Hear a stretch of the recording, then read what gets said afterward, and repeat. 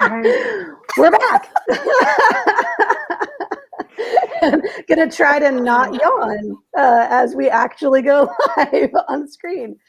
Today's episode of Parenting Porcupines, we took a week off last week. This week we are jumping in with fiscal responsibility. We're going to do a little bit of ranting about the government, how much money they spend, and then we're going to talk about how do we talk to our kids about budgetary finance, what kind of visibility they have to family matters and things like that. So let's do it. We are the Libertarian Moms, and this is Parenting Porcupines.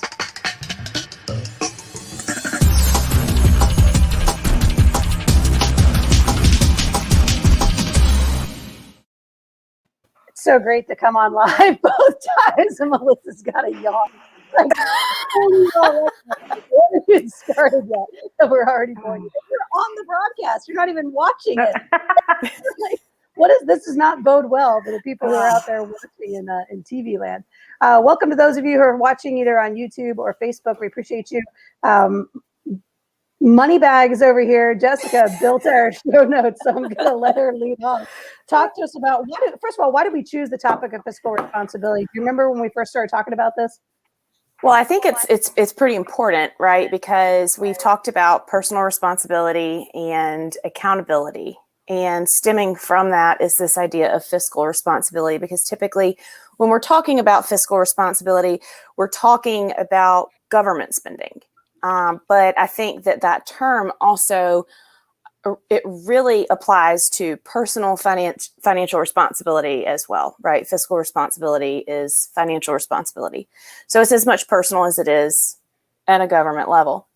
And we have some links in the show notes, just some general debt stuff for our national finances, which are a train wreck, because we are more than $28 trillion in debt as of today. And it's climbing. So let's start with that personal responsibility piece, right? Because before people can be reckless with other people's money, they're probably already being reckless with their own money, right? Yeah. So thinking about it from a personal responsibility perspective, you don't expect the government to go out there and do a good job just because they're the government. You expect that each individual person is going to be doing a good job and be keeping in mind that they need to be responsible about this stuff. So how did you learn that? Melissa, were you brought up with like fiscal lessons, financial lessons? Was that a topic in your house? Not that I recall. And now my mom's going to be like, oh, no, we talked about it. But no, not that I can yell at me. But no, I don't believe so. We didn't have a lot of money. I knew that, but no, it was never really a. So you weren't taught like how to balance your checkbook, how to make out a budget, how to figure out a grocery list and shop within your budget or anything like that? I don't think so. Yeah, me neither. Me neither. Maybe they did, because I know how to balance a checkbook. So someone taught me at some point. I remember my best friend Tammy's mom teaching her how to run their household, right? Like having the budget, having their supply list, right? Like this week we're running out of whatever, toilet paper or, whatever. And we need to build that into the budget that we're going to have to buy that. Cause you don't have to buy it every week, but we do have to buy it this week. Like I remember Sheila being very specific with Tammy about it. And it may have been because they were tight. She's a single mom, like with an administrative personnel job, like it may have been because of that, but we didn't have that kind of hands-on training about how to run the family finances in our house. In fact, it was like a cloak of darkness. Like if you ask about finances in our house, we were told it was none of our business. Really? Yeah. Yeah. That was what our parents were supposed to worry about. We were not supposed to worry about that. Yeah. Oh, no. My parents would answer my questions, but in our family, we didn't really have the visibility into the specific finances, but we did know that we were on a very tight budget growing up. My parents were, they both had jobs that they weren't white collar workers. And so it was very tight. And we would have conversations about, if we wanted certain snacks at the grocery store, we couldn't afford them. And so we would get the things that we could afford. And so there were conversations about living within your means, but we also had a lot of conversations about credit. So I started learning. My dad was very adamant that we understand what credit is, how it works, and why it's important that you maintain good credit. And so he was, it's not something that I would say he like pounded into us, but he did make sure that we understood it, that it was a concept we knew about, so that we could manage our finances in adulthood. So yeah, so my uncle ran a bank, and my dad, when he left and I went to college, my dad went to Ukraine, and my uncle knew what my budget was, and he was supposed to send me money every month. And like if I needed more, I just called him and he just sent me more. Like that's how I'm an adult now, 18, 19, 20 years old. And if I needed more money, I just called and asked for it, and I just got it like all the time. It was wild times in the 90s. So knowing how your parents treated finances in your house growing up, how did that change, or did it change, or did it affect how you talk to your kids about finances? Like how early did you introduce this idea of saving and spending and credit and that kind of thing? As soon as my kids could have chores, they had chores, reasonable age appropriate chores for them. And we don't do allowances in our house. I've said that before, but if our kids make contributions to the household, they're more likely to get things if they ask for things, because they're making contributions and that sort of thing. But we also look for ways, if our kids want something specific, we let them earn it. And so we have conversations about how much it costs. We find a good deal on it. We look for the best deal. We help them do that themselves. We figure out how much it's going to cost. And then we come up with a plan. Like, this is how many things you need to do. Like, Caldwell recently wanted a Nintendo Switch. And so we told him, if you earn it, we'll get it for you, but you have to earn it. And so we did all the math, how much it's going to cost. You need this many jobs at $10 per job. So let's find you some $10 jobs. And so we had him help family members clean out closets, and he would help us around the house with odd jobs, like things that are outside of his normal responsibilities. Right. And so he was able to earn that item. He was able to buy it with his money that he earned. And so we've always done that from the time that they were, when they started really wanting things and they understood the concept of money. Yes. Yeah. Yeah. Melissa, your kids the same way, that they're able to earn money around the house? Yep. They have, things they do because they live here, but then they have a chart on the fridge. Whenever they do one of those activities, they check it off, and it pays $1 an activity. At the end of the week, we add it up and they get their paycheck. Last week we went to all you can play day at the arcade. It's $13, and it's all you can play at the arcade. Ooh. They bought their own. I'm like, I'll take you. I'm not paying. Y'all can buy yourself a day at the arcade.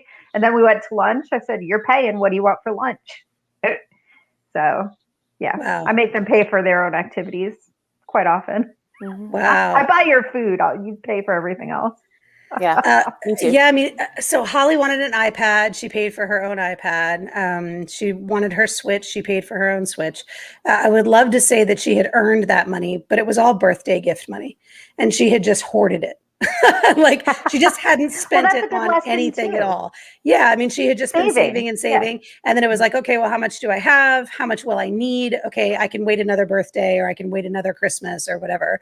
And so, yeah, I think ideally I would have her. I had her doing some work for Clemson Road for my company, and I was paying her to do that. So she was getting like, we do a radio show. You guys know I have the radio show on Saturday mornings. If we take the recording down, you got to cut the commercials out of it and then put it up on where we have our podcast, up on the podcast site. And all of that takes me about 30 minutes per episode. And I was paying her $10 an episode. So she was earning, $10 every time she did one. And, once we got 5 or 6 of them, she was able to earn 50 or 60 of them.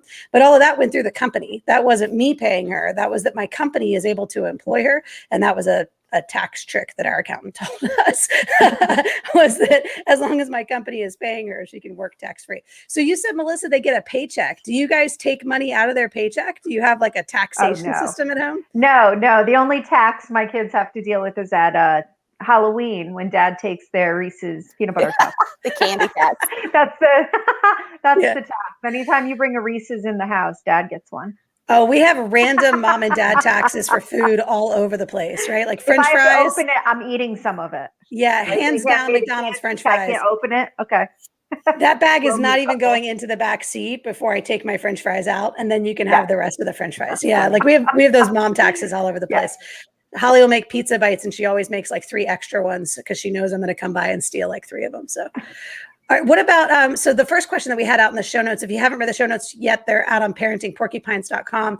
The first question that Jessica, that you asked was about, are your kids aware of government spending? So let's talk a little about that. What is the conversation in your house around government spending and fiscal responsibility as far as our public domain is concerned? We don't talk as much about the national debt, the national budget, but my kids are very aware of taxes. They understand what they are. They understand Social Security. And so, we have shown them like our paycheck and explained to them, like, this is what we earn.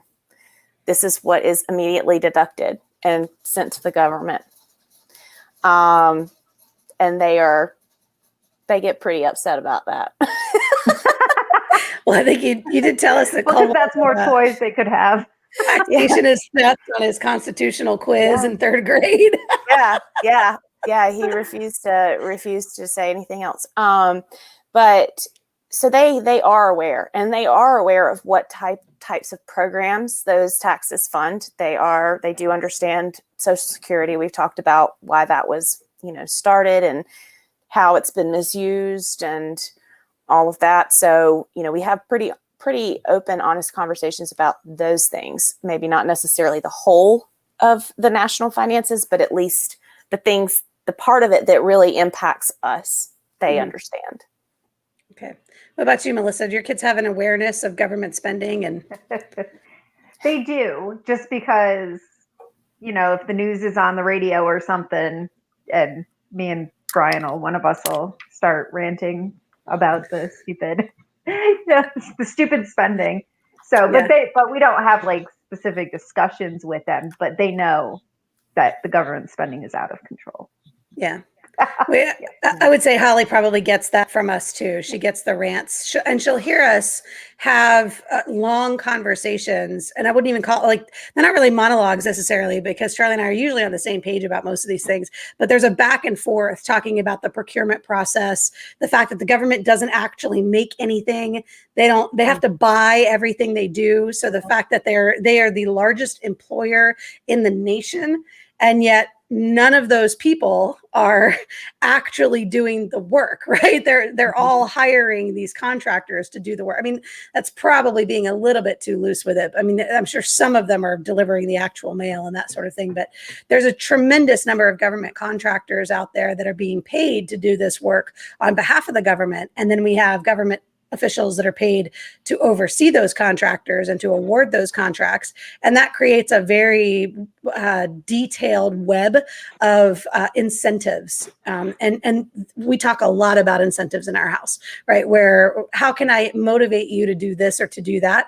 How can I convince you that this is a good use of your time and a good use of your money? And then we apply that to what we see happening on the bigger scale. So things like the stimulus checks coming out. We actually talked about this at my sister's house today. So my younger sister is divorced, does not have any children or any dependents. And so she didn't get any of this child tax credit stuff, right? And she makes too much money, so she didn't get any stimulus money a year ago either. And we had a whole conversation around that, around the redistribution of wealth and these government agencies, the government officials that feel like that what they're doing is helping people, and in actuality, they're taking from one group and giving to another. And so I think Holly probably at least gets that concept. We got a lot of Robin Hoods in politics, and they want to take from the rich and give to the poor. Yeah. Yes, but he took from the government.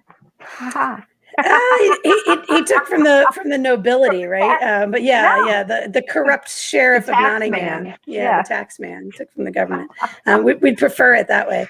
Yeah, so I think she's probably like that. She probably gets that in terms of our rants, and she loves her some Spike Cohen. So anytime she's seen anything that Spike is talking about as far as fiscal responsibility is concerned, she's paying attention to that too.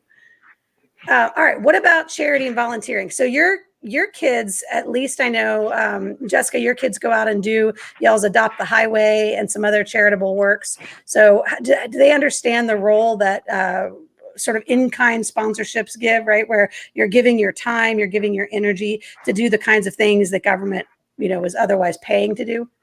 Yeah, that's something that's always been very important to both my husband and myself, is that our children understand not only what it means to be charitable, but the importance of being charitable. And you may not be able to give thousands and thousands of dollars to charity. You may not be able to, sponsor benefits and those types of things. But, even if you are doing small things that you can do, anything that you can do, you should do. My dad always told me that if you have extra, you should use that extra to help other people. It's good to have things and enjoy life, but it's not really all that much more worth it if you aren't helping other people at the same time. And I think, kids by nature are charitable beings, right? Because kids are innocent, kids are pure, kids are kind and loving, and they want to help. They want to be good, right? They're innocent. And I think that fostering that from that young age and helping children understand the importance of that is really a good approach. So, yeah. And it can be something as simple as, donating all your old toys or donating old books or things like that, or buying flowers. We've bought flowers for strangers before. We've taken cookies to the fire department, things like that. So yeah, there's a lot of mechanisms for that too, right? So there's faith communities, there are nonprofits that people can get involved with and volunteer with. There's community organizations like in your neighborhood or the YMCA, stuff like that. So there's a lot of opportunities to put your children forward in service and show them how valuable service can be. And I think sometimes it comes around a lot more at like the holidays and that kind of thing, Thanksgiving, Christmas. But there's an opportunity to build that into a daily, weekly, monthly curriculum absolutely. too. If you yourself are active in an organization that gives in that way, and then bring your kids along with you to be part of that. Melissa, are your kids involved in that kind of stuff, that charitable giving? Is it organized or is it random and sporadic? Well, their troop, they do American Heritage Girls, and they do service hours, so service projects and stuff like that. And they do Operation Christmas Child, packing the shoe boxes every year. But we have a large homeless population in Charleston, and the girls always want me to give them money. Like, here, mom, help. I don't carry cash. I have no money. I have like 30 cents in my cup holder. That's all the cash I have on me. So we went to the store and bought, like, they're not duffel bags, the drawstring little backpack things. Bought a bunch of those.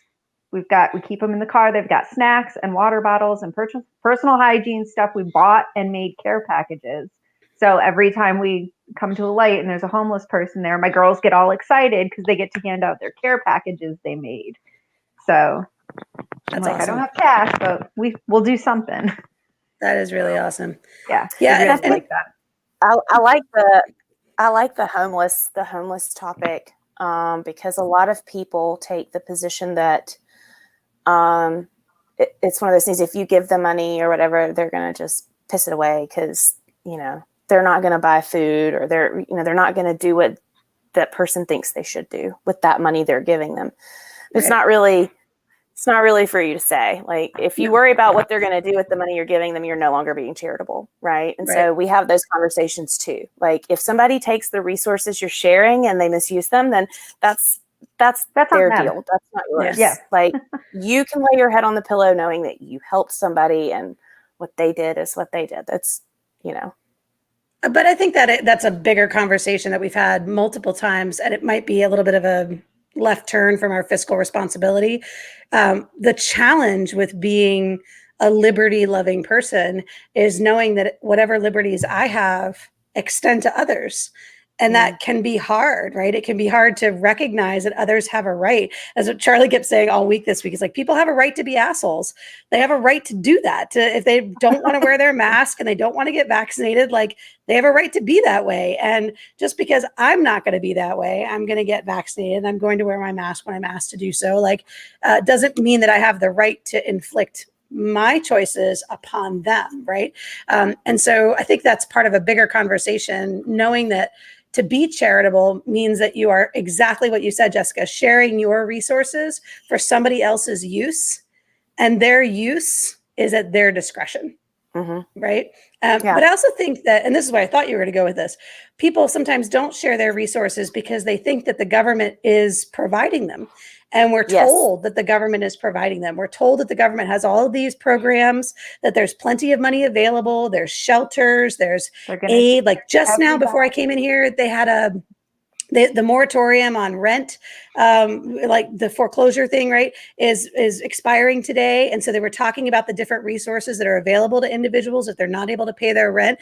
And you get the impression that there's this infrastructure there to support people. So you kind of wonder, like, well, wait a second, if my taxes if there's a huge chunk of my paycheck missing, am I not already paying for resources that are available, and people are simply not accessing those resources? Right? Yeah, it makes it seem like you're choosing to not help yourself when you could, which is not the case at all. In most cases, that is not the case.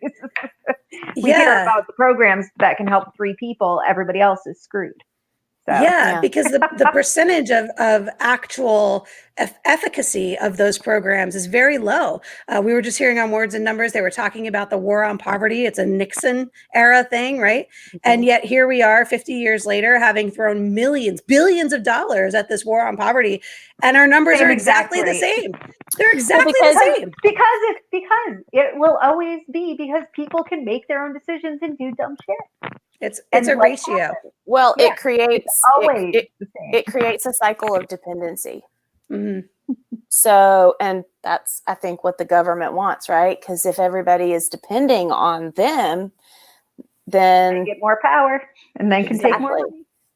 Well, and two, though, to the topic of the show, right? The cycle of dependence is when we don't allow or teach other people how to do for themselves. Right. So if you're not giving people the tools they need to figure out how to do a budget, how to make a grocery list, right? How to determine how much money they can spend. Should they take out a credit card? What is that interest rate going to do to them? Like, if you're not teaching your kids how to make those choices, then they don't know, right? And so they'll be dependent on you and your financial knowledge, and this perpetuates as well, right? As I mentioned, the 90s for Charlie and me, right? It was like, wait, what? We owe what to who? What?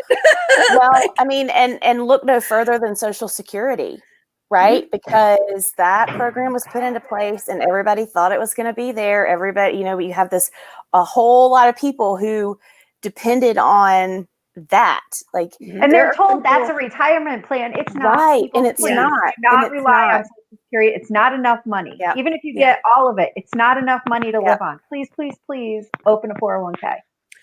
But now here's the thing, though. That's please just do it. You don't have to do it through work. But here's the thing: is the people who are in power are the ones inching closer and closer, or if they're already at Social Security level. And what are they going to do? They're going to fix the program by giving everybody more money. It's a Ponzi scheme. Exactly. Charluch is watching on YouTube. He said Ponzi scheme. It's 100%. And so what are they going to do? They're going to increase the benefits so more people make more money off of it. And it's going to bankrupt even faster, but they're not going to care because they're going to be dead. So when we look at like our kids and their kids, those are the ones that are footing the bill for this massive investment that we're making in people's inability to earn for themselves and save for themselves and make good fiscal responsible choices. And I mean, I'm the first person to admit it. Like, I don't have the retirement savings I probably should have at this age. I'll probably have to work a lot longer than I should have, right? If I'd been smarter in my 20s and my 30s. But that's my individual right to do that and make that choice. It doesn't mean I'm going to come to the government and say, I screwed up in my 20s. Can you guys bail me out with a Ponzi scheme? Yeah. Sweet. Yeah. All right. We cannot, I love this part that you put in the show notes, Jessica. We cannot control government spending. But in teaching our children the concept of fiscal responsibility, maybe someday they'll fill the seats in Congress and start to repair the damage. One of our sort of lukewarm kind of favorite congressmen, Rand Paul, talks a lot about fiscal responsibility. He is a budget hawk, right? That's probably his best feature, yes. Yeah. He's good on the budget. Yeah. And the idea of like, how much are we spending? Where are we spending it? Who are we spending it on? And are we being accountable to the taxpayers about this? And I think the transparency is the biggest challenge. Why don't we have transparency to this? Mm-hmm. Why can't we see where this money is going? Because the government's huge and they don't want you to know where it's going. I was going to say, because if we could see where it's going, they might not have jobs anymore. It takes a lot of work. We should put a link to he does the yearly waste report. Is that Rand Paul? Oh, I don't know. Does like a yearly waste report. And it's, we spent $500,000 feeding acid to chinchillas to see what would happen. Yeah. The effects of cocaine on goose sex. There's I used to have what we spend our money on. I used to have a poster hanging above my desk at Cenex that it was the budget, and it was an infographic of the budget and of the federal budget, and the size of the infographic of the different icons was relative to how much money they were receiving. And the Pentagon, obviously huge, right? The Defense Department, huge. And it took up like 2/3 of the page was just defense spending. And this is back in 2004, 2003 timeframe. So it's like right after 9/11, where we just started shoving a whole bunch of money at defense.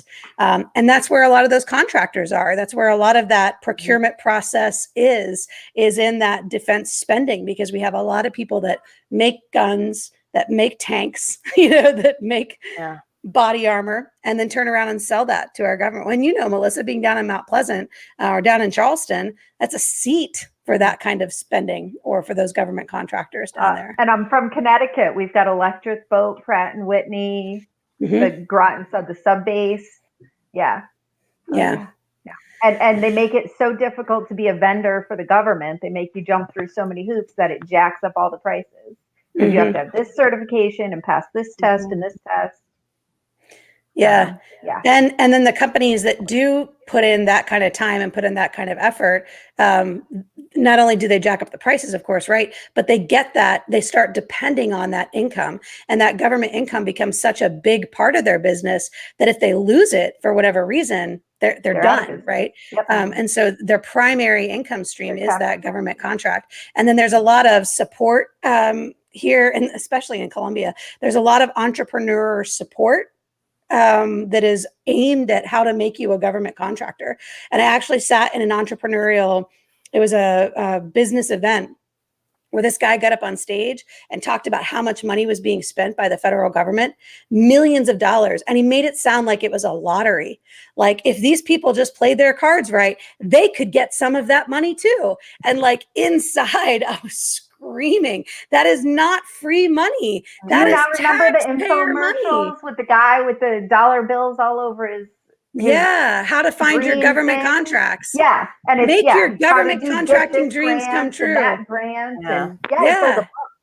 And And this dude that got on stage there, that's what he was selling. He had figured out how to do it. He figured out how to become a contractor. He'd made a whole lot of money in the government sector. And now he was going to teach all these other people how to do it too. And he got paid as a keynote speaker at this doggone event. And everything about it, I was like, don't you see the hypocrisy? Like, how can you sit in this room as a taxpayer and think like this is okay? I can't, I'm so stunned by it. I get like so overwhelmed by it, because I don't think people understand that when the government spends money, that's your money they're spending. And why aren't they incensed? Why aren't they enraged by this? But we spent this week talking to family members who both work in the government. One's in education and one's in natural resources. And the look on their face, they were like automatons about it. Like, what do you mean? The government, of course, the government can get bigger and spend more money. It was like some weird, like, I don't know if their vaccine made them feel weirder than mine did, but like, how did you just, did you just tell me? Do you not understand that government that's your money? You fund that. Like, I can't get over it. And my dad worked as a government contractor for years. And I had the same conversation with him where he would just be like flat face, like, yeah, of course. Well, no, of course we have to charge more because it costs us money to build this. And I'm like, don't you realize what you're doing? That's my money you're taking. Like, yeah, it's frustrating. I'll stop my rant now. I'll stop my soapboxing about the procurement process of the federal government because I literally could go on for hours about how incensed it makes me. And why my biggest problem is I don't understand why other people aren't as mad. Like that's it for me, is like other people should also be incensed. And I can see where like we're so busy living our lives, doing our thing, just trying to keep out of trouble that they're just like, I just can't even take that on, Casey. Like I can't be mad about that. I think the one that gets me, the thing that makes me the maddest is when people try to explain to me why paying taxes is a good thing because it's helping other people, because it's our responsibility to take care of each other. I'm like, do you have any idea how much more money I would have to help take care of my neighbor if the government didn't tax the shit out of me? But you wouldn't do it. But Jessica, you wouldn't do it. We don't believe you. We don't trust you. Apparently, none of us are capable of being, decent human beings who help other people. No, you can't be trusted. And the private sector can't be trusted. And you wouldn't do it. You wouldn't do what was right for your community if we didn't make you. It's really like, I consider it an attack on my morality and my intelligence when people try to have that argument with me. Like, it is a personal, for those of you watching, if you know me and you've ever had that conversation with me or ever plan to, just know it is a personal attack on my morality and my intelligence. Right. And I lose respect for you every time you use that as an argument in a conversation. Full disclosure. I don't care who you are. I love it. I absolutely love it. When we spend time with people who have that sort of blank acceptance of course, government's going to get bigger. Of course, government's going to make all of our wildest dreams come true. I'm like, did you watch Napoleon Dynamite? Because, elect Pedro, he'll make all of your wildest dreams come true is the perfect slogan for everybody ever running for office ever. Right? That's exactly what they promise you. And do they deliver? I don't know about you guys, but I'm not living my wildest dreams. I mean, I'm good. I'm good, but I'm not. This is not my wildest dream. And they didn't help at all. No, they're making it harder. As a matter of fact, they're in your way, putting up barriers. Not only do they not deliver, they've actually made it harder for me to achieve my wildest dreams. So all right, fiscal responsibility. So any last thoughts here on this in terms of teaching your kids about budgetary responsibility, or what about tips? Were there something specific that you did that you found, or a tool or anything that you'd like to share? I think, in our house, at least with my kids, letting them earn, and I'm not talking about just giving them little bitty things they can do and then passing them a 20, like making them work. Like, you're going to go outside and you're going to rake the leaves. You're going to go spray all the beds with Roundup. Like, you're going to do these things that are work, right? And having them earn that money in order to get something that they really, really, really want. It teaches them the value of money, the value of hard work. And it also teaches them the gratification of earning something, because there's something to be said for that, right? There's something to be said for that feeling you have when you reach a goal. And so I think that has been what has really driven the message home for my kids. I can appreciate that. We'll have to think about how to put that in place at our house. Melissa, what about you? Tips, tricks? No, we listen to Dave Ramsey. My kids all know who Dave Ramsey is. So You guys, are you guys on a cash only? we try to be. We still have a credit card, but you know, we do. We use his budgeting app and stuff, and yeah, we try to use on that. our If way we don't, we're on our way to debt free.